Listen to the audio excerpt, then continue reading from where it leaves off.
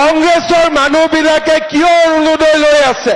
কংগ্ৰেছৰ মানুহবিলাকে কিয় বিনামূলীয়া চাউল লৈ আছে? আৰু এই কংগ্ৰেছৰ মানুহবিলাকে দালি নিমখ চেনি কিনিবৰ কাৰণে লাইনত থিয় হ'ব, নিশ্চিত হৈ থাকক।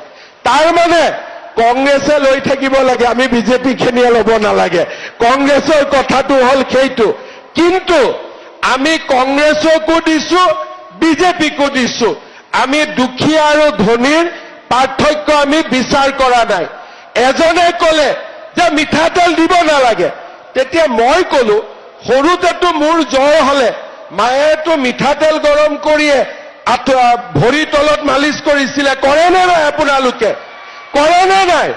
তাৰমানে কংগ্ৰেছে মাকৰ মৰমো বুজি নাপায়। চব বাচ্চাক যেতিয়া বাচ্চাৰ বেমাৰ হয় আপোনালোকে গৰম মিঠাতেলে বাচ্চাক মালিচ কৰে নে নকৰে? মোক আপোনালোকে কওক, কৰে নে নকৰে? এতিয়া কংগ্ৰেছে মিঠাতেলক লৈ মোক জোকায়। একদিন মিঠাতেল নোহোৱাকৈ দালিখন খাওকচোন সিহঁতি, একদিন মিঠাতেল নোহোৱাকৈ চব্জি এখন খাওকচোন।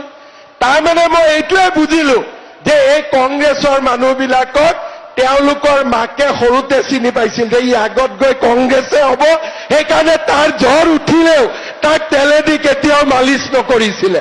সিহঁতে আগতে মাকেতো চিনিয়ে পায়, মাকেতো কোন বাচ্চা কি হ'ব আগতে বুজি পায়। গতিকে মাকে বুজি পালে যে ই ডাঙৰ হয় ডাক্তৰ ইঞ্জিনিয়াৰ নহয়, ই ডাঙৰ হয় কংগ্ৰেছীয়ে হ'ব। সেইকাৰণে তেওঁলোকক কেতিয়াও মিঠাতেলেদি মালিচ কৰা নাছিলে।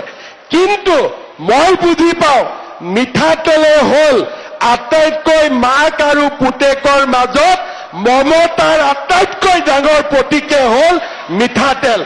আৰু সেইকাৰণে আমি যিহেতু আমাৰ মায়ে আমাক মিঠাতেল মালিচ কৰাই কৰাই ডাঙৰ কৰিছিলে, সেইকাৰণে আমি মাৰ মৰম বুজি পাওঁ। মই ঠিক কৈছো নে নাই কওক? মই ঠিক কৈছো নে নাই কওক? এতিয়া আপোনালোকে কওক, চাউল কম দামত দিম, দালি কম দামত দিম, নিমখ কম দামত দিম, মিঠাতেলো কম দামত দিব লাগে নে নালাগে? লাগে নে নালাগে?